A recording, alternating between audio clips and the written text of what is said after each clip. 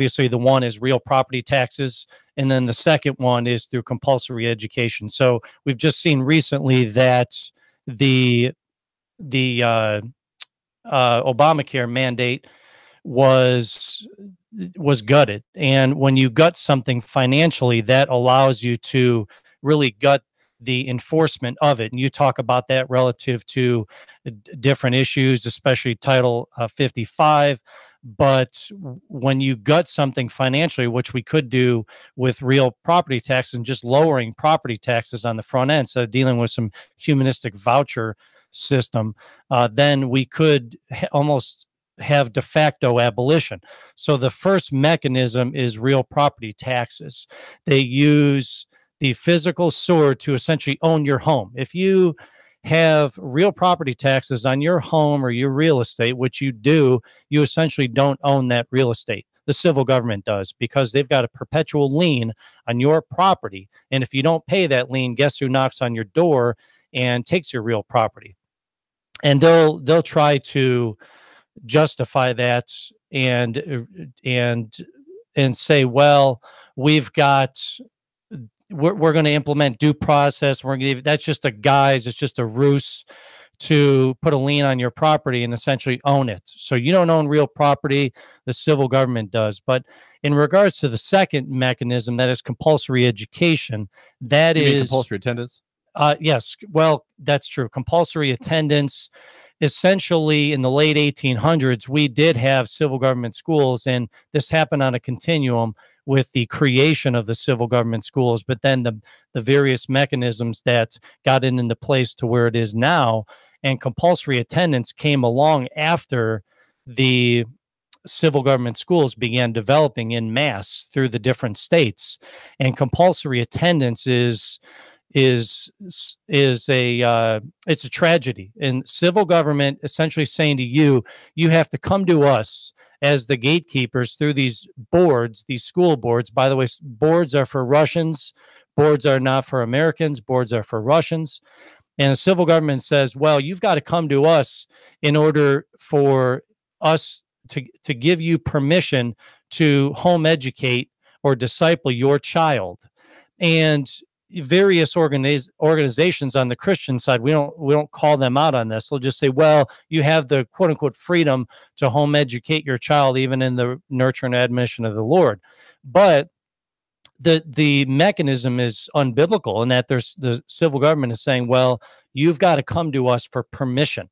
Oh, and if you don't get it from us, if you don't fill out this form, if you're off the grid, if you're doing something we don't like, we'll send in social services, or we'll send you a nasty letter threatening you to have to go and hire an attorney.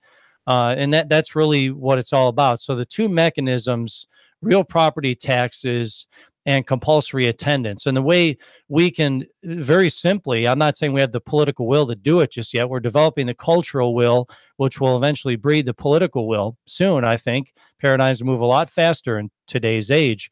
But once we develop the cultural will and moving in and morphing into political will, what we can do is just simply lower real property taxes, many other taxes that fund the civil government school system, and then thereafter on the state level, narrowing the compulsory attendance window. And one argument we could make, Kevin Novak, about lowering the tax rate and the effective revenues of that system is to make this argument.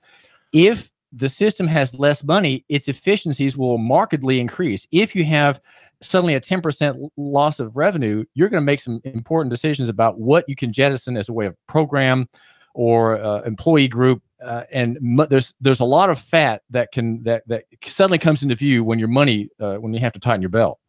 Well, that's true. So here's a good way to illustrate that. It's what I would call the single old schoolhouse monetary example. So you've got, let's just say, 15 students in a classroom, and let's just say roughly each student is drawing in, or costs $10,000 a year to quote unquote educate. They're not being educated, of course, they're being indoctrinated. But so you have, roughly speaking, in each classroom, $150,000 per year being spent on that classroom. And those are conservative numbers. So 15 students, $10,000 a year. In DC, the per pupil expenditure is astronomically higher. So again, $150,000 per classroom. Now, what's the teacher making? So this about 48,000. Right, but they're going to say, well, that's not enough, which actually it works against them in this example. So you take that 48,000, let's just say it's rounded up to 50,000, $150,000 minus what the teacher is making, $50,000, and that leaves fat of $100,000 per classroom. And essentially, when you put pressure, downward pressure, which we can do as Christians, even just moving the needle 1 or 2% and extracting our children from this tyrannical system, we can put pressure, like you're talking about, David, on the system financially, and move it a lot faster towards abolition. This is David Toulis, and we're talking with Kevin Novak, an attorney whose book is Abolition, and it is about deconstructing the Coliseum.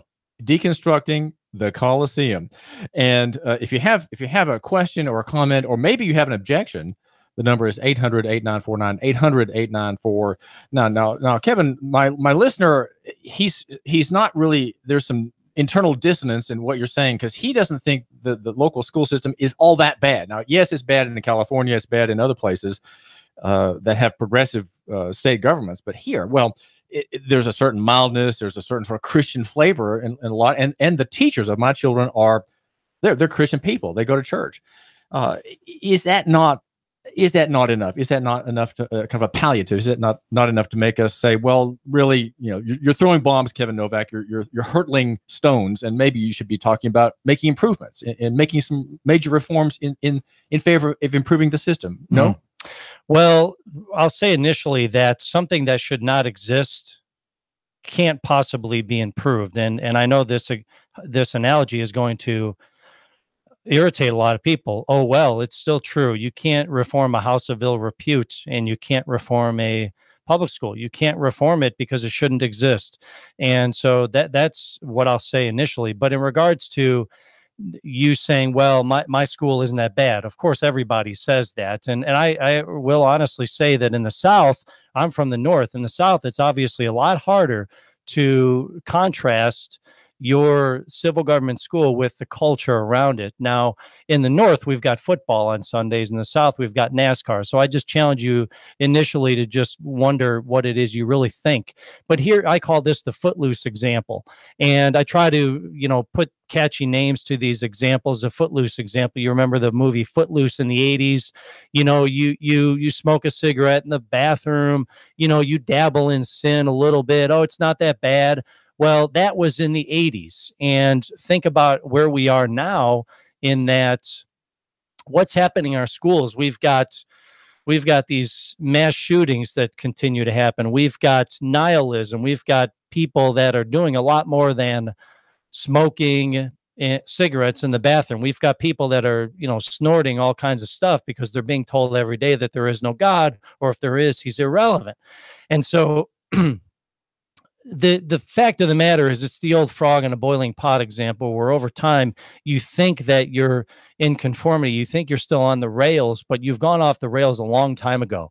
And if we look back, I'm not suggesting that the America has a perfect history. What keeps it on track is Christianity. That's a separate issue for another day. But at this point, I'll say that look back to where Christians, where we had essentially a more Christian culture in the 1800s, early 1800s, late 1700s, which got us to the Declaration of Independence, the U.S. Constitution, a smaller revival.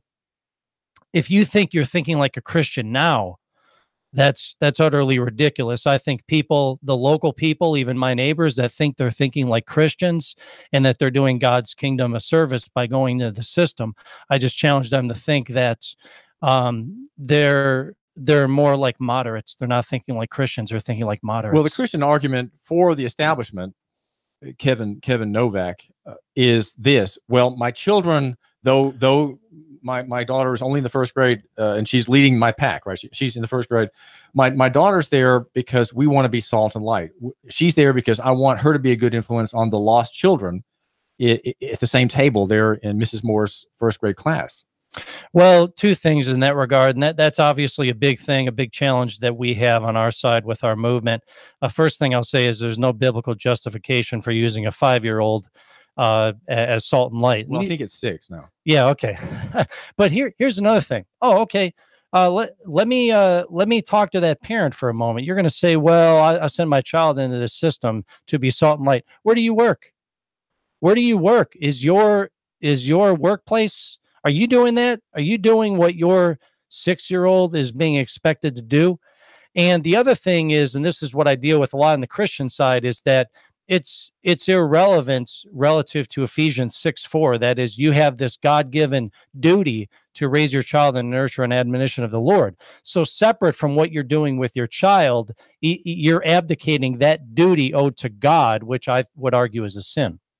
So you're saying the parent has a duty to that child, and here now the parent is sort of advocating that duty, delegating it to the state, and then thinking that the child, this sort of missile, the Christian missile into the system, is going to affect some good by her spouting Bible verses and being a godly example to her classmates in the 2nd or 3rd grade. Right, and not to mention that most of the time it's the teacher doing the talking.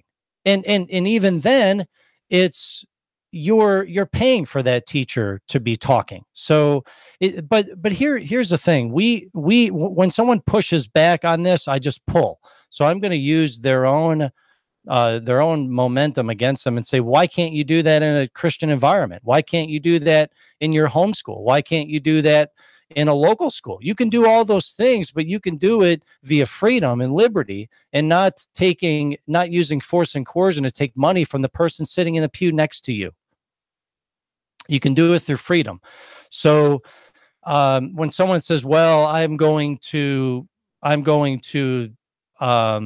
send my child into this system, well, you can still do everything you're proposing, and you can do it in a private environment. And that'll get us closer to the ideal of there not being civil government schools, because you're lowering you're increasing the pressure on the system to eventually lower property taxes and make it a leaner and meaner pyramid. This is David Toulis. We're talking with Kevin Novak, who's the author of a Molotov cocktail of a book called Abolition: Overcoming the Christian Establishment on Education. So what you're identifying, Kevin, attorney here in the Chattanooga area, is an establishment, which is to say, what is an establishment, and what is the you're trying to disestablish a Christian establishment first, and then deal with the school problem. Is that it, or are you trying to hit schools directly? What's your target in your work? The target is the Christian leader. When you mentioned earlier about what a leader is and praying for leaders. So I think a leader, and I'm agreeing with you, David. I think a leader has more to do with someone who is actually leading rather than identified as a leader. So an example of that would be a preacher. And Greg Bonson talks a lot about this more philosophically, because he says just because your title is a preacher doesn't mean you're leading. And so people like me get out in the front and they lead, and I want you to follow me. But my target audience is the quote unquote Christian leader who's part of this larger Christian establishment. And that is these group of Christian people, these group of Christian leaders that are not allowing a revival. Essentially, they're keeping this issue down. They're not addressing private education. They're not even questioning the existence of the civil government school system. And that's the target audience on our side. I generally explain my message or present my message to other Christians. And I think once we can get Christians to understand what the Bible says about real education, then we can have a revival. We don't even need the liberal to be on board with this. We can do it all outside their purview. So I think the Christian establishment is essentially a group of people that ratify one another. A good example of the way that an establishment ratifies one another is you look at what's happening on the federal level right now with the various administrative groups, and they're entirely or mainly comprised of Democrats who are going to vote for other Democrats. And they were obviously thrown for a loop when Hillary Clinton lost. And that's an example of people ratifying one another. They're involved with groupthink, whatever, a conspiracy in a legal sense, however you want it, whatever you want to call it. But these group of Christian leaders, preachers, quote unquote pro-family groups, even attorneys that want to say, oh yeah, I'm a conservative, I'm a Christian. Really, you're a conservative? Are you a socialist? No way. Oh, okay. Well, do you believe in using force and coercion to take money from the person sitting next to you in church and using it to advance your own version of Christianity? And there you have crickets. So that's the Christian establishment. And I actually identified that group the hard way. And when I went out and finally realized what the Bible says about education, guess what I got? I got nothing from those people. This is David Toulis, and the phrase military-industrial complex was first used by President Dwight Eisenhower in his farewell address on January 17, 1961. There has been work among Christian people, and they have devised a phrase that grows out of that one, and it is called the ministry-industrial complex, and that is what we're facing here in Chattanooga, and that is churches, nonprofit organizations that are Christian, and many so-called leaders who are Christians who can't see that there has to be a disestablishment of the cartel. It is a cartel that is pragmatic, it is utilitarian, it is evolutionist, it is materialist, and your children emerge from that system after 12 years of a 12-year sentence, like unto it. And many of them leave the church. So where is the sense among Christian people, professing believers, right, of self-preservation of their own ideas through their children into the next generation? David Toulis, we're talking with Kevin Novak, and the number to call, write it down, 800-8949, 800-8949.